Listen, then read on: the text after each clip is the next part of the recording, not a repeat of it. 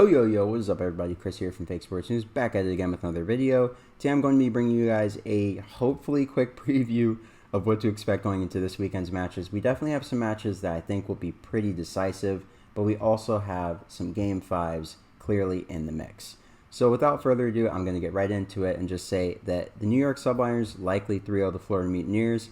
I think the Mutineers are a very good team. They went 1-1 last week, of course, losing to Toronto, I believe, and then beating the LA Guerillas, who have greatly improved in all three game modes. They're definitely a team to watch this weekend, but the Guerillas just couldn't get it done against the Mutineers team that's more practice. You guys know I thought that series was going to 5, and I thought the Mutineers had a very strong chance to win it. 50-50, Mutineers looked good, and they definitely took that game 5 very decisively. But the Subliners are the #1 team in the game for a reason. They haven't lost since week 2 of Stage 1, I believe, when they really kicked things up and turned it around going into the Stage 1 Major, and they've been undefeated ever since they won the Major. So I don't see that stopping against the Mutineers, and I think the Subliners walk away with a 3-0 here. In our next series of the day, we of course have Optic, Texas. You see the shirt, guys. I'm wearing the Scump shirt. I didn't think this day would come so soon, but unfortunately the King has decided to call it quits. And that's it. Great career to look back on. I'm going to miss Scump. We're all going to miss Scump. You guys know pretty much all of us who have gotten into competitive COD are in COD because of Scump and Optic. So it's just a tough pill to swallow that the face of the scene is now gone. But in his stead, of course, he brought back his boy Dashy or Bruce. So happy to see Dashy getting a second chance. It was really emotional in his video, saying he wanted Dashy to get a second chance, and that was part of the reason he was stepping down. Just the King all the way through, man. He pulls at your heartstrings up until the very end. Great guy. And, you know, I'm happy to see this Optic Texas team have a new look, some fresh young faces, and some talent that can definitely carry them into the future with a lot of success. Of course, Dashy coming back into the mix with the Zeo trio is very, very dangerous for the rest of the league. We all know that Dashy has a lot of chemistry with Hook, Illy, and Shotzi, so this team is definitely one to watch out for. They will definitely improve a lot with time, and I think they'll be consistent contenders for the rest of the season. For that reason, I do have them winning in a Game 5. I think just because they are under practice, obviously just adding Hook less than 2 weeks ago, Scump stepping down, Bruce coming back in, only having a few days turnaround since last Sunday. I think this is a 3-2 for Optic. I think the game modes there are more reliant on strategy and just overall chemistry, I would say. Like S&D and Control will definitely go the way of Seattle if I had to guess. But maybe Optic's respawn is just so off the charts that they win this 3-1. But as it stands, I'm going to confidently say as an analyst that 3-2 is a more likely thing. So that brings me to our last series of the day. Of course, earlier today, my time, that of course being Thursday, it was announced that Kenny is sick. So I hope Kenny gets well soon. He's one of the best players in the league and just a quality dude. So I hope he does better and I hope he gets well soon. But without digressing too much, the Ultra, of course, will be taking on the Thieves tomorrow, and the Thieves had to get Capsule as a substitute. They didn't have a substitute coming into this, so they had to pick someone up from Challengers, and Capsule is definitely a great pickup as a substitute. So I think it's a 3-1 for the Ultra, but I do think it'll be a surprisingly competitive series just because Capsule adds a lot of SMG pressure, and he's more on pace with Envoy, I would say, than Kenny is. Kenny's more of a fast-paced sub, so I think adding Capsule, who's more of a in-between player who can up the pace when he needs to, is definitely something that's going to help the Thieves out. But I just think the Toronto Ultra are just such a strong team that having a substitute makes it very difficult for the Thieves to find that win condition in the series. That's why I have it as a 3-0 for the Ultra. And then in our next series, of course, our first series kick off Saturday. This is going to be a really difficult one to predict. The Boston Breach are definitely a team who is well coached and well practiced, so it's hard to say that they'll lose 2 straight in any given matchup. But the Paris Legion, after that victory over the Seattle Surge in the Game 5, I think they'll be riding that momentum. And I think they're really making a lot of improvements. You can see it in their hardpoint and in their S&D especially. Their S&D is really, really solid. The Breach, their S&D has been very questionable as of late. So I think the Legion walk away with this series victory. I think it'll likely be a 3-2, but I could see a 3-1 also being in the cards because Vegas is a pretty strong Control team. And they definitely have the potential to take a hard point here, a Control there, maybe drop the S&D and clutch up in the second hard point. They're a really strong hard point team. Not, not sure where the Legion win their 3 maps in the series, but I do think they win 3 maps before the Breach do, and that's why I have it as a Game 5 victory for the Legion. In our next series, we have the London Royal Ravens taking on the LA Thieves.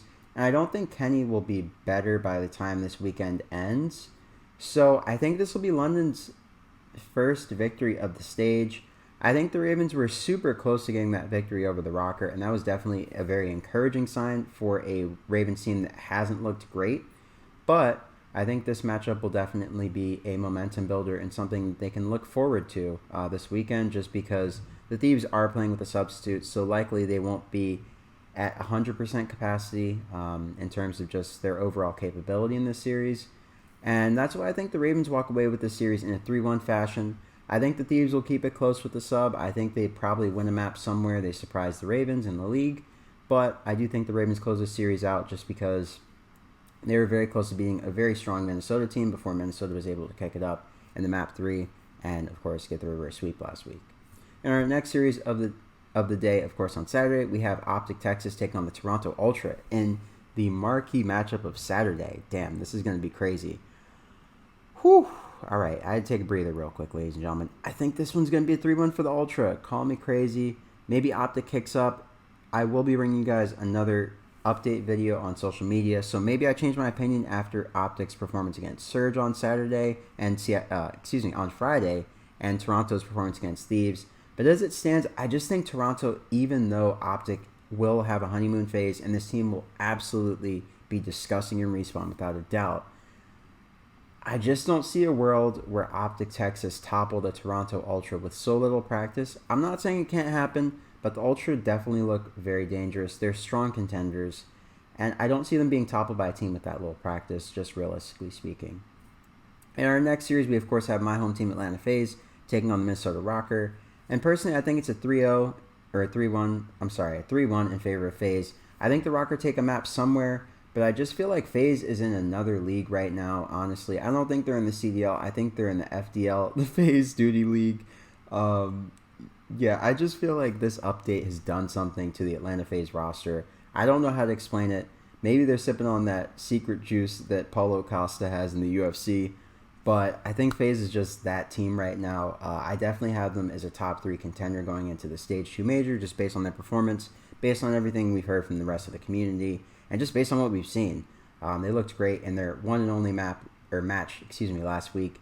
And I don't see that momentum stopping. I think they get a 3-1 here over the Rokkr, and they build on that momentum going into a very crucial series against the Subliners on Sunday. Of course, that's a nice segue getting into our Sunday slate of matches. We, of course, kick things off with the London Royal Ravens taking on the Vegas Legion. And even though the Ravens have looked very poor this season, I think with the addition of Paul X, this team will become a lot more competitive. I feel like they needed a more methodical AR like Paul X to complement Scraps, who's a little bit faster on the map, but also very methodical. He picks his pacing very well. I also think that this SMG duo of Asim and Nasty is very, very underrated. So with a player like Paul looking over these guys and letting them run around the map like his minions, as Octane likes to call his sub-duo, I think that the London Royal Ravens will definitely take 2 in this series. They could potentially take the series. I have a very strong feeling that they have like a 50-50 shot to take this series. I feel like they might upset, and I feel like I might get this one wrong, but I'm going to go with the Vegas Legion 3-2. I think the Legion are such an icy team. They're so confident now having a victory over a strong contender like Seattle Surge. I think it's going to do something for this team that really, really is going to be significant when we look back on it in the near future. Now, in our next matchup of the day, we, of course, have the LA Guerillas taking on the Minnesota Rokkr. This is a really tough one. I could see a world where the Rokkr are looking a lot better this week.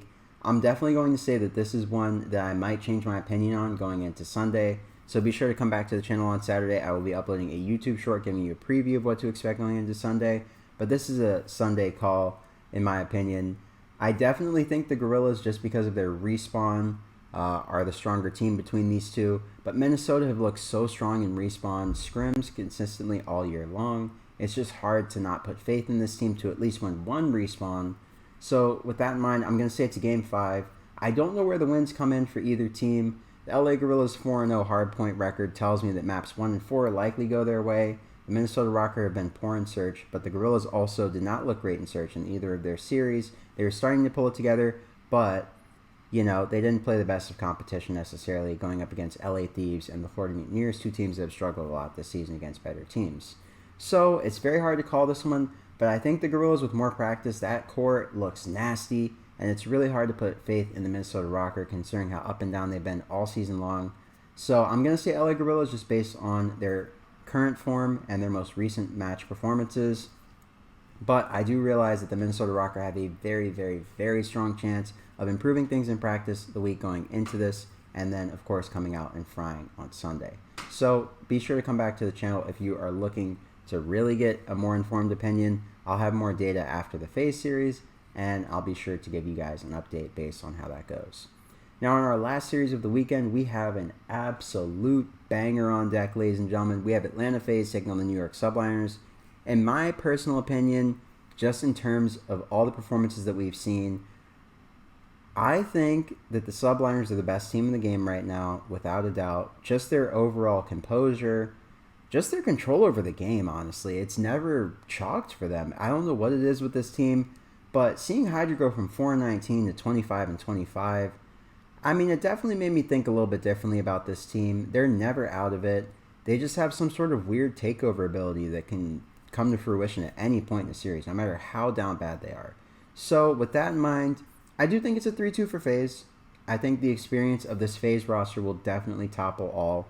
Of course, Kiz and Hydra are the less experienced between all four of the players on the New York Subliners. Priesta and Skies are also not as experienced as a player like Slasher, but of course the Atlanta Faze guys have been playing for really the exact same amount of time as Skies and Priesta.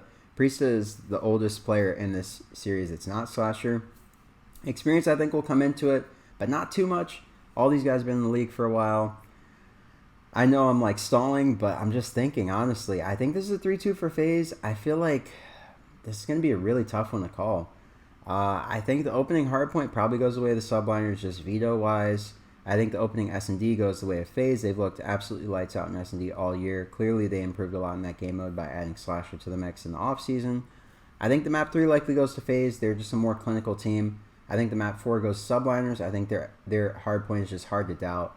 And I think the game 5 goes to Faze. I think the momentum, obviously being taken from them at Major 1 in the winners finals against Seattle in that game 5 will be a big catalyst for them to not crumble in any more game 5s for the rest of the year. They're that kind of team. So I think Faze win this 3-2. I think it's going to be an interesting weekend overall. If you guys want a super quick TLDR, I'm thinking 3-0 Subliners over Mutineers to kick off Friday's action. I think 3-2 Optic Texas over Surge in our follow-up matchup on Friday. And I think in our last matchup of Friday, I think the Toronto Ultra get a 3-0 sweep over the LA Thieves boys playing with Capsule in place of Kenny. In our first matchup of Saturday, I think the Vegas Legion beat the Boston Breach in a Game 5 barn burner. I think the Royal Ravens likely take down the LA Thieves with Capsule if Kenny's not back by then. In a 3-1 fashion, I think they'll just outmatch them and surprise most of the fan base by winning against an LA Thieves team, even though they have substitute. In our next series, I think we have the Toronto Ultra toppling over Optic Texas, but be sure to come back on Saturday for a more definitive call in that series. But I think it's the Ultra. I think their respawn is just top class right now. I think Optic win a map somewhere just because of the honeymoon phase, but I think Ultra is just more practice, and I think that will really be the difference that makes a difference in each map in this series that the Ultra win. In our last match of the Saturday slate, we of course have my home team, Atlanta Faze, taking on the Minnesota Rokkr. And I think it'll be a 3-1 for Faze. I just feel like the Rokkr are not in the best form right now, and I feel like they have a lot to fix going into Major 2. And then in our first matchup of Sunday, we of course have the London Royal Ravens take on the Vegas Legion. I think it's a 3-2 in favor of the Legion. I just think they'll be the stronger team when it matters in the Game 5. Their S&D looks phenomenal, and S&D, as they say, wins championships. So I think Game 5 Vegas is the call here. I think in our next series, of course, the Minnesota Rokkr versus LA Guerillas series, this is a Sunday call as well. Same as the London Royal Ravens versus Vegas Legion game. We have to see how these teams perform in their preliminary matches on, of course, Friday and Saturday. But based on that, we'll have a good idea of what to expect going into Sunday. Well, actually, they both play on Saturday.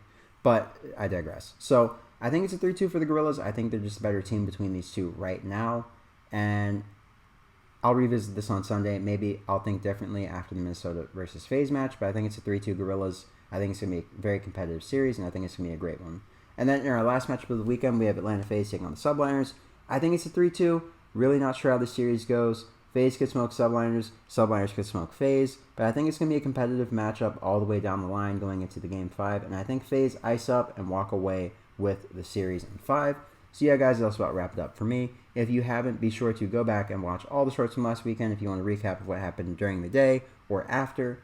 And yeah, be sure to stay tuned to my TikTok at fakesportsnews.com, Twitter at fakesportsforfans, of course here on YouTube, and then also on Instagram at fakesports_.com, fakesportsnews.com. It's linked in the description. Everything's linked in the description if you get confused or lost. I got a map for you.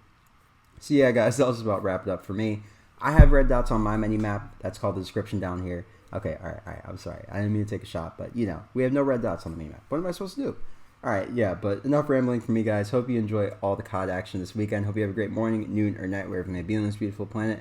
Stay safe and keep grinding, as Illy always says, and I will catch you guys on the next video. So let's hit save predictions and call it quits, ladies and gentlemen. Predictions are saved. Peace.